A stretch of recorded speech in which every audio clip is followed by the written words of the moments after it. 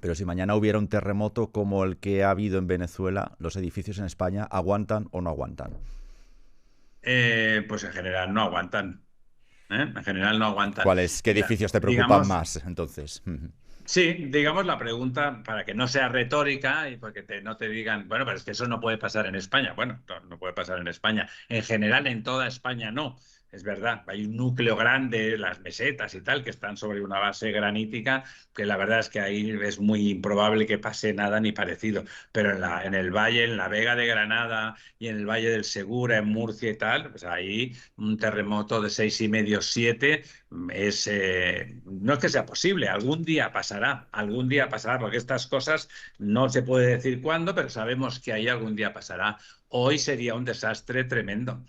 Si recordamos, me comentábamos antes, recordamos el terremoto de Lorca, fue de 5,2. Piensa, cada punto de más, de 5,2 a 6,2, se multiplica casi por 1.000 veces.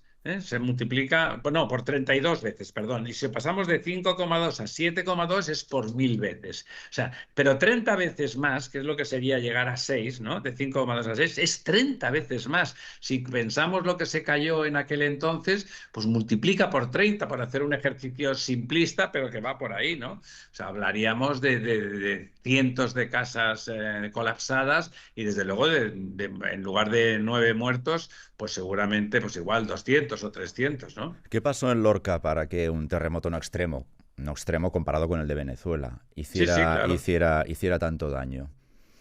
Bueno, las condiciones, los terremotos primero tienen que ocurrir, o sea, que tienes que tener una falla por allí, allí existe esa falla.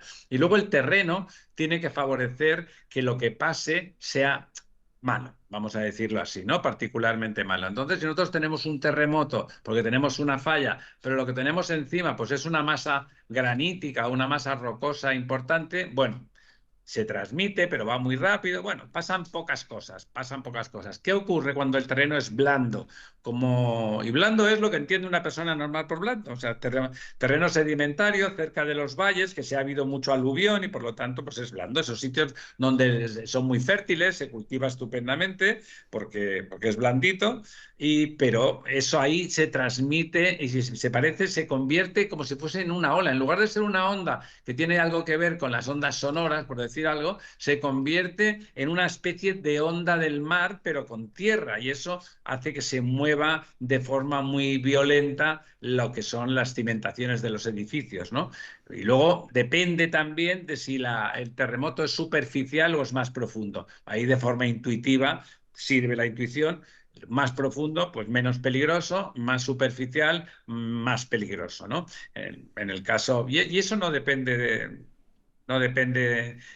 de nada, o sea, depende de que la falla está ahí, tiene una gran profundidad y se produce en un sitio o en otro, ¿no? Se produce en un sitio o en otro.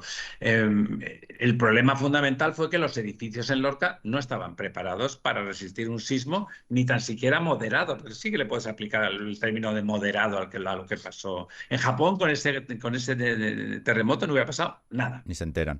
Cero. Pero ¿qué lecciones extraímos entonces, Ramiro, a nivel de construcción en España del terremoto de Lorca? ¿Se están aplicando? Primero, ¿cuáles extraemos? Y si se están aplicando, Bueno, obviamente, claro. yo creo que lo más importante del terremoto de Venezuela, como tú dices muy bien, y la respuesta además de los medios me parece admirable porque sí que se están haciendo eco en esa dirección. ¿Qué lecciones tenemos que aprender en España?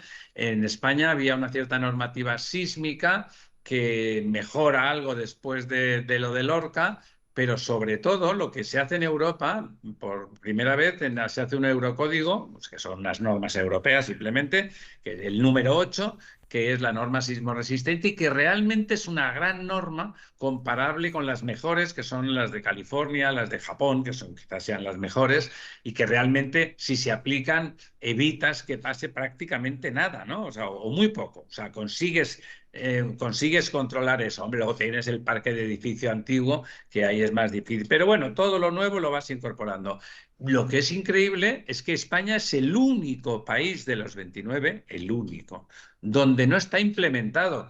Es decir, no podemos decir que no se aplica porque es imposible, es obligatorio. Entonces, teóricamente está adoptado, pero no está implementado, hay una cierta resistencia interna en el Ministerio de Transportes, que sería un poco el Ministerio bueno, y en la Dirección General de la Vivienda, pero que viene un poco dependiente también del tema de transportes y no se aplica. Y se aplican las normas que hay una resistencia interna que no tiene nada de ideológico, porque otras veces podemos meternos con el ministro, con tal, pues porque hay algo, vete a saber qué, pero en este caso no es nada. De hecho, con una anterior, una de las secretarias de Estado, que ha habido bastantes aquí, que fue Marta Serrano, que es ingeniera de caminos, y es del Partido Socialista, es militante, pero se le contó, se le explicó, lo entendió perfectamente y se puso manos a la obra. Lo digo por reconocer las virtudes de alguien que ha intentado hacer las cosas bien, ¿no? Y se puso manos a la obra y cuando ya había convencido al ministro, que al final pues es abogado y un poco le importa un bledo si le explican los ingenieros de los suyos que eso es así, pues qué más le da, ¿no? Piensa uno. Pues en principio lo iban a aplicar, entonces saltó Marta, no sé si fue por eso o por otros motivos, pero la cuestión es que saltó y a partir de ahí se paralizó de nuevo la aplicación, ¿no? O sea que las fuerzas de Voldemort particular ahí fueron potentes y no se aplica, no se aplica. Y a tu juicio, esto sucede porque nos olvidamos de que puede pasar catástrofes, No, o es que nos olvidamos de algo de la catástrofe. o sea, yo creo que pasa porque, es decir, es imposible olvidarse. Y sabemos que si se aplica el eurocódigo no va a pasar nada. Y entonces la norma española es mejorable manifiestamente. Tenía cosas tales, un pupurri de cosas, y sabemos que es mejorable. Y además, cuando el eurocódigo sabemos objetivamente, o sea, yo te lo cuento a ti que eres periodista y dices, vale, está más claro que el agua, ¿no, Ramiro? O sea, ¿por qué no lo aplicamos? Pues bueno, pues no se sabe muy bien. Algún tipo de lobby interno funciona y no se está aplicando. Y sería importante. Luego, la otra tipo de pregunta te dice, bueno, ¿y entonces qué pasa con todo lo que decíamos antes, con todo el parque antiguo? ¿Se va construyendo al tran? Pues bueno, pues el parque antiguo evidentemente no lo podemos cambiar todo. Pero ¿qué haríamos inmediatamente? También lo mismo que te digo, tú y yo, como personas sensatas, dicen, oye, aplicar esto, joder, ¿qué hacemos? Cogemos, miramos las infraestructuras críticas. Miramos hospitales, embalses, hay una serie de cosas, son unas cuantas, pero son muy pocas, o sea, pero comparado con el parque total son muy pocas. Cogemos, las investigamos seriamente, vemos cuáles están en riesgo porque no están diseñadas adecuadamente y ahí tomamos medidas. Y lo que no puede ser es que se nos caiga un hospital si la próxima vez en Lorca vuelve a haber otro terremoto. No, por favor, hay casas que se van a caer, no podemos hacer nada, pero el hospital no. ¿Por qué? Porque lo hemos reforzado tal. Oye, y si es imposible de reforzar, si imposible no hay nada, pero si es imposible, pues lo cambiamos de sitio y volvemos a hacer uno nuevo, porque es un hospital. Las presas, por ejemplo, suelen estar bastante bien calculadas porque los ingenieros de presas tradicionalmente están preocupados porque le pueda pasar, porque el efecto, el riesgo asociado a una presa, pues es muy grande, ¿no? Si se rompe. Y por lo tanto, en general, lo digo por tranquilizar, en general las presas están calculadas para resistir el sismo. Pero habría que repasarlo. Vamos a verlos, vamos a ponernos las pilas y vamos. Es decir, lo primero que habría que hacer hoy sería una auditoría forense de cómo están nuestras infraestructuras críticas. Verlo, cogemos y tal, y decimos, mira, pues esta está fatal en relación a lo que es el tal, esta está razonablemente, esta tenemos que hacer, bueno, y hacer el plan y ver qué tenemos que hacer. Del resto del parque, pues bueno, pues ir sustituyéndolo a medida que fuera caducando, por decirlo de alguna manera, ¿no? Con este contexto que nos acabas de describir, de cosas que se deberían hacer pero que no se hacen, y una de tus primeras respuestas señalando determinadas zonas, claro, para mí la pregunta es automática. Si vivo en Murcia, en Almería, Málaga o incluso Alicante, ¿debería preocuparme? Hombre, sobre todo yo te diría hay zonas muy claras. En España las zonas son muy claras. Es Vega de Granada, la Vega de Granada, que es la parte baja del cauce del Guadalquivir, para entendernos, y aledaños. Desde luego el Valle del Segura y la zona esa de Murcia y un poco de Alicante. Esa es la zona de riesgo importante. Es decir, uno, riesgo de terremoto real, porque hay una falla y por lo tanto periódicamente, recurrentemente va a haber terremotos, ¿vale? Sí, y ahí no sirve el 10 años o 50, puede estar 10 años y luego 250 sin haber un terremoto importante, pero volverá a pasar seguro. Te puedes jugar la pasta que volverá a pasar seguro. Esa sería la zona de verdad donde hay que preocuparse. Más que en Málaga, todo el resto, digamos, de la falla es menos peligrosa. Menos peligrosa. Málaga, yo diría que es menos peligroso, pero esa zona que hemos dicho ahí abajo, esa es la zona delicada. Luego hay una zona en Galicia que muchas veces en los medios lo comentáis, el enjambre sísmico, pero el volumen es menos, es más bajo. ¿De acuerdo? Es muy constante, hay una especie de ruido sísmico permanente, pero el riesgo asociado es bastante más bajo por varios motivos, por la naturaleza y el origen de eso y por el propio sustrato gallego, que es muy granítico y se presta menos a que un evento puntual pues se provoque una catástrofe, ¿no? Ujú. Eso sería. Luego en el Pirineo hay alguna cosita también, pero también menor, porque es muy antiguo y es del choque de placas de muy atrás. En cambio, en esta zona de la que hemos dicho, lo que hay es un roce, rozan una contra otra, entonces nunca se ha convertido definitivamente en una cadena montañosa, como el Pirineo, que es por ese el origen, y ahí ese roce se sigue, es lo mismo, exactamente, además el modelo es el mismo que el del Caribe, el que ha pasado en Venezuela, que es placa caribeña con la placa sudamericana, que rozan, no se montan, no hay subsidencia. Lo que hay es rozamiento, se acumula como en un muelle y ¡paf! Y de golpe se rompe, por decirlo así, y provoca el terremoto hasta la próxima acumulación de tensión.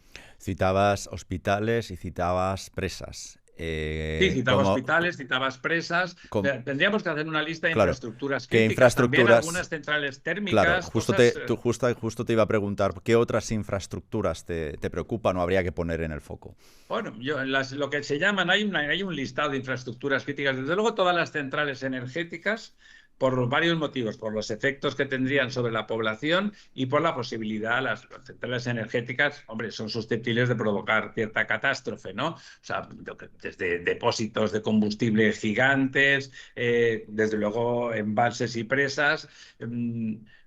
Pues sí, ¿por qué no decirlo? A pesar de que son muy abundantes, pues los colegios, ¿no? O sea, porque no queremos que se nos caigan encima de los niños los colegios, no queremos que se nos caigan encima de nada, de nadie, por supuesto, pero bueno, pues enfermos, niños, eso sería de lo primero. O sea, hay esa lista, porque las carreteras y todo eso es inevitable, ahí no puedes hacer nada. Los puentes, pues sí, los puentes también, porque el colapso de una carretera puede provocar alguna desgracia, el colapso de un puente puede provocar una gran desgracia, ¿no? O sea, habría que ver que nuestras estructuras, insisto, algunos de los proyectistas de los puentes importantes suelen tener ellos por su cuenta y riesgo cuidado, pero hay que hacer la auditoría forense, no vale suponer, aquí lo de la inocencia supuesta no cuenta, hay que repasar y eso, Ismael, no es tan difícil. Hacer esa auditoría forense son estudios, es papel, lápiz y repasar cómo está eso. Y a partir de ahí, por decir algo, en un año tú tienes el estado de las cosas y puedes tomar una serie de decisiones que te permiten decir por qué has hecho o has dejado de hacer algo, ¿no? Es decir, te van a decir, oiga, ¿qué haces? Oídos sordos y así no me entero de que el hospital se puede caer si viene un terremoto de Mm. 5,5 en Lorca otra vez. Pobres lorquianos, no son los únicos a los que les toca, pero lo hablamos de ellos. No, ahora ya lo sabemos que eso es así, sabemos que no estamos haciendo los deberes, vamos a hacer lo que toca, que lo que toca de entrada, además de aplicar que en lo nuevo se haga todo, pues que en lo viejo, en lo más sensible, pues lo valoremos dónde estamos. Insisto, ya es el momento. El ministerio no puede seguir escondiendo la cabeza debajo del ala y seguir no aplicando el eurocódigo. Porque fíjate, ha habido varios ingenieros importantes y la contribución española a ese eurocódigo es significativa. No es una cosa ajena de esas cosas que a veces dices, es que no me han tenido en cuenta, no han tenido en cuenta nuestra perspectiva particular, etcétera, ¿no? No, sí, han estado nuestros ingenieros, la gente de las escuelas sobre todo,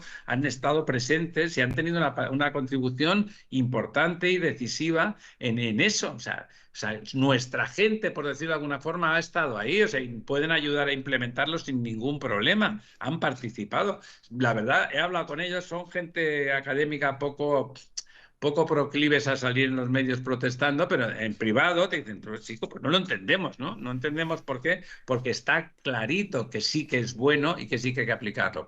La siguiente pregunta que te dicen, Bueno, a lo mejor es tan caro. No, no es tan caro. ¿Vale un poco más? Pues sí. Mira, recuerdo, lo comentábamos hace algún día en privado, unos chilenos, justamente con un compañero muy amigo que es catedrático de estructuras y que ha participado en el Eurocódigo número 8, que vinieron un grupo de ingenieros chilenos en Latinoamérica, en Iberoamérica. Chile es el sitio por antonomasia donde se construye mejor desde el punto de vista sísmico. También tienen un Allí problema a la altura de Japón ahí, claro. tienen un problema muy gordo, pero lo han resuelto teniendo en cuenta que es un país mucho más pobre, oye, con un nivelazo, ¿vale? Un nivelazo. Y veían los edificios, iban por Madrid, que es la que se les podía decir, chicos, no os preocupéis, que aquí en Madrid el sustrato es granítico y aquí para que pase algo, pues es improbable. Pero flipaban, se les ponían los ojos como platos porque les parecía todo, les parecía pequeño, pero esos pilares, como os vengan un 5,5, se van todos a hacer puñetas. O sea, se sabían el pilar y el nivel de Claro. terremoto en el que se irían a la porra, ¿no? Es verdad que lo veían en Madrid, insisto, y en Madrid es muy difícil que pase nada, ¿no? Pero de todas maneras estamos hablando otra vez de cosas que deberían hacer que deberían hacerse que no se hacen, pero es que así empieza un estado fallido. Eso Así es. empieza a fallar un estado, ¿no? Que es lo que ha sucedido en Venezuela. 30 años de dictadura sin hacer cosas que se deberían haber hecho, acaban evidentemente con un Bueno, terremoto extremo, pero pero estamos con un todo el poco, país hundido. estamos un poco en eso, ¿no? Porque fíjate, lo que ha pasado con el AVE, lo de los trenes famoso, o sea, hay que recordarlo, Es nuestro tren mantenimiento, claro. era el mejor de Europa, ¿vale? Lo fue el mejor tren de alta velocidad de Europa, incluido el francés, que era el primero y que era estupendo, donde copiamos, nosotros copiamos de Francia en principio, pues lo hicimos mejor, era más puntual, podías tomarte no un café, no sabías si estaba en marcha o no el tren, no lo sabías. ¿Eh? O sea, yo lo cogía desde el primer momento y no lo sabías. Era increíble, era maravilloso. Llegaba puntual, pero no tardaba ni un minuto más. Y no era una broma. O sea, y eso se degradó hasta los límites. Es que la degradación ha sido tremenda. Ha habido un accidente, ha habido 46 muertos, pero podrían haber ido 200. O sea, en algún momento ese accidente fue por acumulación. Lo digo en la línea de lo que decías. Llegamos al punto en que el ministro anunciaba 350 kilómetros por hora el mes anterior y al mes siguiente se destruye todo y tenemos que bajar a 180 porque si no los trenes no resisten. Bueno, mira, yo creo que sí que de las desgracias, este es un país que aprende de las desgracias habitualmente, luego tenemos una memoria de mosquito impresionante, pero yo espero... Sobre todo lo espero, fíjate, no tanto porque los políticos sean capaces de reaccionar, sino porque creo que los medios sí que han tomado conciencia de que el sistema son sus infraestructuras y sus servicios, el hecho de que colapsen significa un fallo de civilizatorio, como tú estabas señalando, ¿no? Y de alguna forma le dan una importancia no anecdótica, sino sistémica. Le estáis dando una importancia no anecdótica, sino sistémica, que es lo que es. O sea, que por lo tanto me parece... Bueno, me parece que estamos peleando, lo digo en primera persona, en la dirección correcta y que la masa crítica empieza a ser importante, ¿no? Ujú. Ramiro, vamos a entrar, si te parece, en el terreno de cosas que podemos hacer como individuos y que deberíamos hacer. Primera, deberíamos preguntar, cuando compramos un piso, una casa, deberíamos preguntar por la estructura, no sé si en paralelo antes o después que preguntamos por la hipoteca. O sea, debería estar en el mismo orden de prioridades en el momento de que compremos una vivienda nueva o usada. Hombre, yo diría que deberíamos de tener, yo creo que ahora aparecerá, si no existe ya, porque la gente va muy rápido, un auténtico plano de riesgo sísmico en España. Eso es Ujú. fácil de hacer, es decir, para decir que es fácil, a mí me das una semana y en una semana Prácticamente lo acabamos de hacer nosotros. ya está. Mm. Exacto. O sea, que se ha hecho y si lo haces y lo puedes matizar. Quieres decir, eso que hemos Lo hablado lo puedes hacer. podemos Sí, lo puedes matizar. hacer de una manera Aquí más esto, aquí científica, lo otro, exacto. Mm. perfectamente. Lo podemos matizar muy bien. A partir de esa matización, si yo estoy en una zona con cierto riesgo, sí que tengo derecho a preguntar. Es decir, me parece bueno lo que has dicho porque probablemente eso haría o hará, si empezamos a difundir esa idea, que es muy fácil de difundir, que es muy fácil, se la podemos vender a los notarios, que son una gente estupenda, que esas cosas las ponen en valor enseguida. Está usted en esta zona de riesgo, España está perfectamente clasificada, no hay dudas. Usted me dice, voy a vivir a tal pueblo. Yo le digo a usted, pues mire, olvídese. O mire, me garantice no sé cuántos. Le podemos hacer la recomendación perfecta. En un municipio en el que usted esté, le podemos decir tal. Y a partir de ahí, si está usted en un municipio de esa zona de riesgo, decir, ¿esto cómo está calculado? ¿Me garantiza usted que se ha aplicado el eurocódigo? A ver, ¿qué pilares tiene? 45 no me sirven. ¿Por qué? Porque 45 es lo que pondríamos de normal, o sea que no. No, el certificado del arquitecto, del aparejador o del ingeniero, conforme esa estructura está calculada con la norma. Es verdad, eso es muy fácil de pedir y desde luego, no lo había pensado, voy a ser sincero, pero me parece que sería perentorio, y Claro, fíjate, lo voy a poner en algún sitio. En zona sísmica, usted va a comprar un piso, reclame que la estructura esté calculada de forma claro, adecuada. pero Ramiro, ¿cómo sabemos? Yo no tengo ni idea de ingeniería. ¿No? ¿Un certificado? Claro, pero ¿cómo sabemos? Me has citado una cifra 45. Bueno, muy No, bien. no, lo que acabo de decirte, el profano no lo puede saber. Claro, entonces, ¿en qué me tengo que fijar? O sea, Hay ¿qué que pedir un señales visibles certificado. ¿Hay alguna señal visible? Pues no sé, grietas, por Bueno, ejemplo, que yo nos te den alguna pediría, pista. es difícil. Las señales visibles, un especialista podría decirte, bueno, y veo un pilar de 70, pero no solamente es esa expresión de tamaño inmediato. El tamaño importa, pero no solo, ¿no? Como siempre. Y entonces un Ujú. certificado del colegio, si es vivienda, entiendo que sería del colegio de arquitectos fundamentalmente, o de aparejadores, que diga que eso está calculado por fulano de tal, teniendo en cuenta la norma sísmica europea, el eurocódigo y tal, y que lo ponga por escrito, y que por lo tanto está calculado para resistir un terremoto de tal, tal, tal. Eso, si se hace, nadie te va a dar certificado si no es verdad, y si es verdad es muy fácil. Y si es Ujú. verdad es muy fácil. Fíjate, me parece, ¿no? Acabas de dar una cosa que vamos a promocionar. Me parece una idea muy, muy, muy buena. No, de verdad, te lo digo en serio. O sea, una cosa que es relativamente simple. Porque como has dicho tú, honestamente, cuando has dicho, ¿qué podemos hacer cada uno? Y yo pensaba, hombre, cada uno, aparte tú y yo que comunicamos, a lo mejor alguna cosa. El ciudadano a pie, pues fíjate, eso sí que lo puede hacer el ciudadano a pie. Levantar la manita y decir, no, no, quiero un certificado de que esto está calculado y tal, porque vivo en Lorca o vivo en la cuenca del Segura o vivo en la propia ciudad de Murcia y quiero saber que mi casa, ya que es nueva y la voy a pagar, pues Claro, está calculado y qué adecuadamente. pasa con las casas que ya tenemos? Por ejemplo, las Bueno, inspecciones regulares de los edificios, estas técnicas, ¿son capaces de detectar estas sí, no, pero es que esa ya te digo yo que en general el se quedan 99% cortas? no están calculadas Se adecuadamente. quedan Eso es cortas. así. Se quedan Se cortas. quedan cortas seguro y además no es fácil de hacer nada, ¿eh? También te lo digo, no es fácil de hacer nada. ¿Qué es lo que se podría hacer en esos sitios? Hombre, eh, evitar plantas bajas muy diáfanas, que lamentablemente es lo de siempre, porque si tú tienes un gimnasio o tienes un centro comercial, que es lo lógico que estén esas plantas bajas, básicamente no está compartimentado en habitaciones, sino suelen ser diáfanos. Y por lo tanto, esos pilares que están exentos son mucho más sensibles a si viene un terremoto, colapsen de golpe, ¡pum! Y la casa caiga encima, ¿no? En lo viejo, ya te digo que lo que no sea crítico y estén dispuestos a poner dinero es complicado, ¿eh? Es Pues complicado. si las inspecciones se quedan cortas y es complicado, deja que te pregunte otra vez por las grietas. ¿Cuándo tenemos que empezar a sospechar de una grieta? Bueno, ¿sabes qué pasa? La grieta puede ser por muchos motivos, Pero por cuando se muchos puede volver motivos. peligrosa, porque tampoco es necesario un terremoto, hay movimientos que pueden... Bueno, sí, un movimiento de su- pequeño Mm, lo que te indicaría, mira, una grieta de un movimiento pequeño no va a tirar la casa. Lo que sí que te indica es que si viene un movimiento grande, pues se va a caer la casa probablemente. Eso es lo que te indica. Las paredes, sobre todo los tabiques, cuando se mueven enseguida, se fisuran. Hay unas fisuras en X características del movimiento horizontal. Complicado, ¿eh? Es decir, las casas antiguas, ya te digo, el parque antiguo, complicado. Me parecería que sería muy, muy, muy didáctico convencer a la gente que en las casas nuevas, en las zonas de riesgo, pidan que estén calculadas adecuadamente. No cuesta nada, es muy fácil. Es muy Ujú. fácil, los técnicos lo aprenderían porque es una normativa, es decir, donde antes por un tal determinado esfuerzo te da 45, pues ahora te dará 70, te dará mayor armadura, te dará un nudo que en lugar de romper frágil, como tendrá más acero, plastificará y te avisará.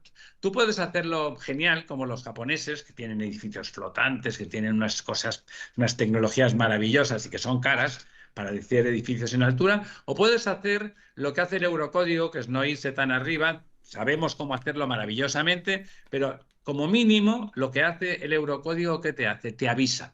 Las casas del Eurocódigo no colapsan. Si el terremoto es muy intenso, a lo mejor no puedes salvar la casa a posteriori, pero no se te cae encima. Es como esos coches suecos estupendos que tú tenías. Yo tenía uno, un día me dio un trompazo por culpas ajenas a mi voluntad contra un muro, el muro se cayó y dentro estábamos mi hijo y yo y dijimos, hostia, parecía que habíamos tenido un pedazo de accidente y no ha pasado nada. Salimos del coche y el coche Estaba estaba como un destrozado. Sí, sí, acordeón, sí. pero dentro estaba perfecto. El Eurocódigo hace eso. De alguna forma te permite salir. Notas el movimiento, hace clac, cluc, clic, se plastifica algo, pam, te vas de la casa y no te has muerto, porque la gente no lo mata el terremoto, lo mata que la casa se le caiga encima. ¿Eh? Y Es decir, aclaramos las ideas. Es un edificio que cumpla con el eurocódigo. No le va a pasar en principio a ti, a las personas, no te va a pasar lo nada, no nos va a primero, el pasar nada grave, Eurocódigo, ¿no? eso es, el Eurocódigo está focalizado en que no haya víctimas humanas. Es Ese es decir, el vector está principal. pensado más en las personas que en los edificios, Ramiro. Sí, sí, Sí. es lo contrario que la bomba de neutrones, que solo mata personas. Pues aquí el edificio lo puedes llevar, tú puedes llevar al límite para que eso no le pase nada, como pasa en Japón, que no pasa nada con terremotos del 7, no pasa nada, ¿no? Ujú, Apenas pasa nada. Aquí probablemente sí que pasaría, pero las personas tendrían tiempo de salir, los edificios no colapsan con el Eurocódigo. ¿De ujú. acuerdo? Este matiz es importante. Es el más Eh, importante, ¿no? claro, entonces esto me lleva a la siguiente pregunta, que un edificio resista a un terremoto, por lo mismo que me estás diciendo, no significa que luego, una vez se inspeccione bien, sea salvable. Efectivamente, eso puede ocurrir dependiendo del determinado de la cantidad de energía liberada, o sea, del grado del terremoto y de lo que le haya pasado. Puede ser que haya plastificado mucho en los sitios básicos y que no se pueda salvar. Podría ocurrir. Lo que no va a ocurrir es que el edificio se te caiga encima y mate a las personas. Ujú. Que eso es mucho, como decimos. ¿Qué pasa? ¿Hay un salto más allá y que se salva el edificio seguro? Sí, pero en todo ello estamos hablando de tecnologías muy sofisticadas y que, bueno, lo de Japón. En Japón yo me he mirado cosas, son auténticas virguerías, ¿no? O sea, rótulas en la parte de abajo que flotan sobre tal, cosas muy, muy fantásticas y un edificio de 80 plantas se mueve. Bueno, en Chile, en Chile los edificios altos cuando pasan cosas, se mueven como una vela y no les pasa nada, ¿no? Son tecnologías más sofisticadas y más caras, ¿no? Ramiro, ¿qué recomendarías a un presidenta de comunidad de vecinos? Hombre, pues que hiciera, que valorara lo que... Es decir, está bien para quitar... Hay casos en que será para quitar miedos. Por ejemplo, en la Comunidad de Madrid, lo digo, es una comunidad en positivo, fácil, ¿no? Porque, insisto, sobre todo porque el sustrato ese es muy antiguo, es muy rocoso. Vamos, yo estoy muy tranquilo, yo vivo en Madrid también y me parece que en Madrid el riesgo es cero, ¿no? Entonces, poder decir, miren ustedes, en nuestra comunidad de Madrid el riesgo es cero, pero estoy en una zona más medio pensionista, pues vamos a valorarlo, ¿no? Vale, es muy caro que alguien te haga un informe del riesgo que tienes en función de la sismicidad de la zona. No, hombre, algo de dinero vale, pero igual que ahora nos encargan, es obligatorio, hay una serie de inspecciones que si la casa tiene más de 40 años es obligatoria y que ahora te lo piden cuando haces compraventas de Sí, segunda mano. eficiencia Hay mucha gente energética, por ejemplo. bueno, la energética, por ejemplo, o otras en relación a lo vieja que es la casa y ver si está en condiciones o no. Bueno, tiene su sentido, vale una pasta, pues a veces vale 800 euros, o 1000, o 700, vale un dinerín. Bueno, eso es estandarizable dentro de un orden, porque los edificios son cada uno distintos, pero ¿merecería la pena? Pues sí, sí que merecería la pena en las zonas con algún nivel de riesgo. Yo diría que lo primero sería que las comunidades que no tienen riesgo lo digan claramente. Y eso lo diríamos los técnicos, lo avalaríamos, ¿no? O sea, yo estoy poniendo el ejemplo de las dos Castillas, que básicamente son las dos, y Extremadura, probablemente, que son zonas muy seguras, ¿no? Bueno, pues ahí se puede decir, oiga, miren, en toda esta área bien pitada, no, olvídense, no tienen ustedes ningún peligro. Igual que diría, si yo fuera la comunidad murciana o la comunidad andaluza, pues diría, aquí hay un riesgo alto. Sería recomendable que valoraran ustedes hasta qué punto, porque a lo mejor, si es que estaba pensando al hilo de que me lo has preguntado porque no estaba preparado la pregunta, quiero decir que la conversación es espontánea y sincera. Yo tengo una planta, un edificio de 6 plantas, que es una altura que no es de lo peor, porque lo peor es cuando entran en resonancia los edificios con la onda de la Tierra, es más entre 8 y 15. ¿Eso es fijo? No, no es fijo, pero es más probable. Donde se da una probabilidad más alta, en esas alturas medias, donde la frecuencia de resonancia del edificio y del terreno es más probable, es más fácil que coincidan, y entonces es cuando se va a hacer puñetas el edificio. Entonces, valorar, yo tengo un edificio, aunque esté en una zona delicada como Granada o Murcia, pues me hago un análisis y que no es tan caro, y de golpe me quedo tranquilo o me quedo intranquilo, ¿no? O sea, o de golpe tengo una planta baja que está muy compartimentada porque son trasteros, no sé qué, o tiendas pequeñas, y por lo tanto los pilares están bien protegidos, están confinados y no es fácil que se rompan frágilmente. Hombre, pues estoy mucho más tranquilo. ¿Qué quiere decir eso? Que la casa no colapsará de esa manera como hemos visto en Venezuela. Habéis visto, ¿no? Casi todos los edificios están enteros y se han roto porque abajo se ha roto la planta baja y el edificio casi Han está caído, entero y sí. se ha roto al tumbarse, ¿no? Eso, si tú tienes una planta baja muy compartimentada, pues es más difícil que pase. Es decir, tú puedes quedarte más tranquilo o menos. Claro, O menos, ahora tú puedes... mismo, pues por ejemplo, una comunidad de vecinos que debajo tenga locales comerciales y que nos esté Si el escuchando, local es pequeño, está más pero por tranquilo. ejemplo un Si el local es supermercado Ikea muy diáfano de gigantesco, estos, un gimnasio. eso es, pues estás más intranquilo. Por ejemplo, eso para empezar, de forma simple, ¿no? También el nivel de altura. Pero insisto, ahí lo pertinente es contratar un técnico que sepa lo que va a hacer y que te diga, que te haga un análisis forense de, bueno, pues vamos a ver, imaginemos una hipótesis probable de, pues eso, no vamos a 7, vamos a, como no está calculado para 7, porque a 7 seguro que se va a caer. Olvidémonos de 7. Vamos a hacer el último que ha habido. ¿Cuánto ha sido? 5,2. Pues vamos a calcularlo con 5,2. Si el 5,2 de Lorca nos pasa en la Vega de Granada, lo digo por un sitio donde no ha pasado, porque en Lorca ya sabemos lo que ha pasado, ¿qué Efectivamente. pasaría en mi edificio y en el resto de edificios? Es verdad que esa auditoría forense para cada uno de nuestros edificios tendría todo el sentido del mundo. Uno a uno, si lo sistematizamos, no será tan caro, no es tan Te lo caro. preguntaba Ramiro pues estaba pensando y al final me lo llevaba a mi terreno, ¿no? Que es siguientes procesos. Una vez pasa la catástrofe, ¿quién paga? Estaba pensando, por ejemplo, en los seguros. Pero realmente, ¿quién acaba pagando? Porque siempre lo que vemos, por ejemplo, después de la Dana, es que se activan consorcios, hay que hacer recolectas. ¿Quién acaba No, pagando cuando bueno, hay una catástrofe, por ejemplo, se mira, nos lo va el de quién edificio acaba abajo? pagando, pero fíjate, es muy claro, ¿eh? Los seguros en general excluyen las situaciones extraordinarias automáticamente. Ahí voy. ¿Quién acaba pagando cuando se nos cae el edificio encima? O sea, o al que le pasa, o si se activa un fondo extraordinario, pues entre todos. Yo recuerdo en el Delta del Ebro unas naves industriales normales, nuevas, hubo un viento huracanado y el techo se fastidió, tuvieron desperfectos y eran nuevas. Las compañías de seguros no se hicieron cargos. Hay una cláusula en letra pequeña que dice que todo lo que se considere extraordinario, y luego la poesía la pone otro, pues no entra. O sea, que las compañías de seguros, a no ser que hayas hecho una cláusula muy garantista, que entonces te cuesta un ojo de la cara, no te cubre, no te cubre en absoluto, y menos como saben ellos, porque ellos sí que hacen auditorías forenses. Si tú le intentas poner una cláusula seria, Luego, claro, hacen, que es lo lógico, dicho sea de paso, hacen una auditoría forense, valoran, bueno, este edificio es cojonudo, le hacemos la cláusula de edificio, como venga un 5,5 se va tal, no te la hago, ¿no? O sea, o valoro la posibilidad de que ocurra, es del 1%, pues te cobro el no sé cuántos, ¿no?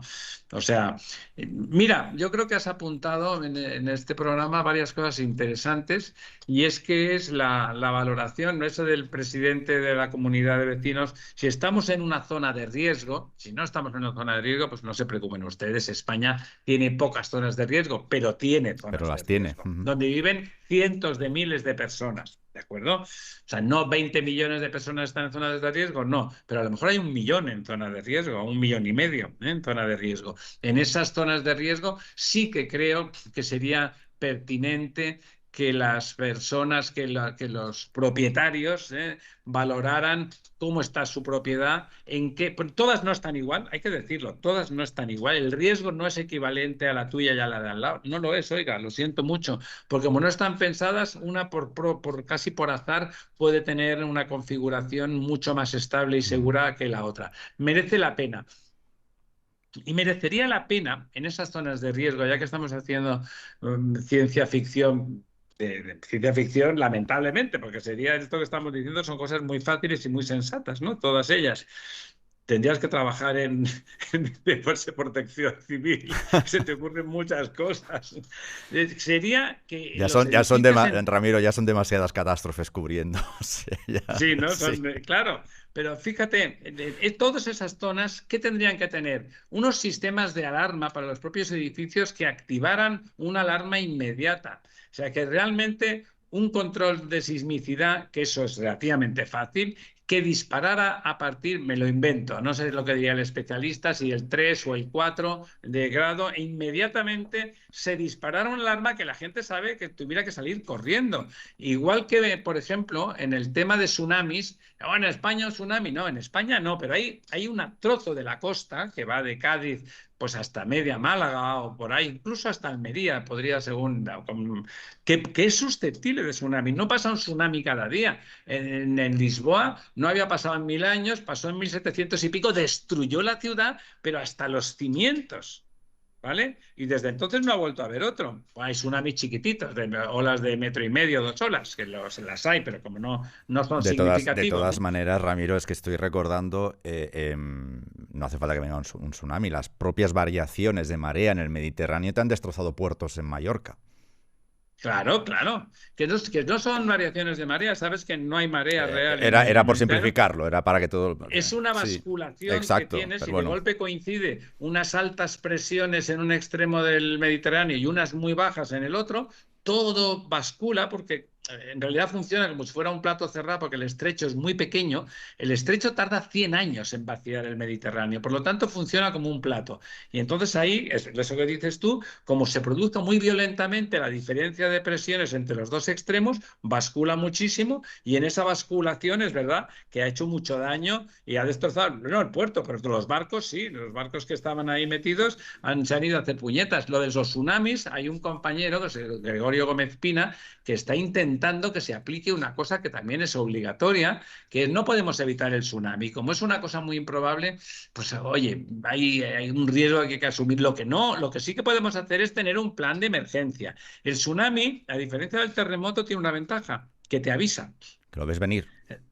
El terremoto, en cuestión de segundos o máximo un minuto, dependiendo de no sé qué, ya está produciéndose. El tsunami se retira al mar y vuelve al cabo de un rato. No es inmediato. Y por lo tanto, con ese aviso que es muy fácil y muy visual, si se hace bien, todo el mundo sabe, si el colegio está cerca de no sé qué, por dónde tienen que escapar, las rutas de escape son siempre verticales hacia arriba para entendernos y no hacia abajo, saber lo que tienes que hacer. En un edificio susceptible de tener una catástrofe sísmica, porque está en la zona murciana y de golpe pues es del año 70 y bueno, pues oye, no está preparado. Si nosotros tenemos una alarma que inmediatamente nos dice sal corriendo de casa, pues oye, no es poca cosa. No es poca cosa. Ramiro, yo no sé si la conversación, bueno, la conclusión de nuestra conversación es que España está preparada a medias, o por zonas, para catástrofes Bueno, no es que sísmicas, fíjate, no, o no está simplemente preparada ni por confiamos zonas. en que no pase nada. No sé en qué O sea, punto estamos. hay zonas donde no va a pasar nada porque la naturaleza ha dicho que no va a pasar nada, o sea, que no es que estemos preparados, es que nos ha tocado la lotería ahí y en el resto no estamos preparados, punto. Ujú. No estamos preparados.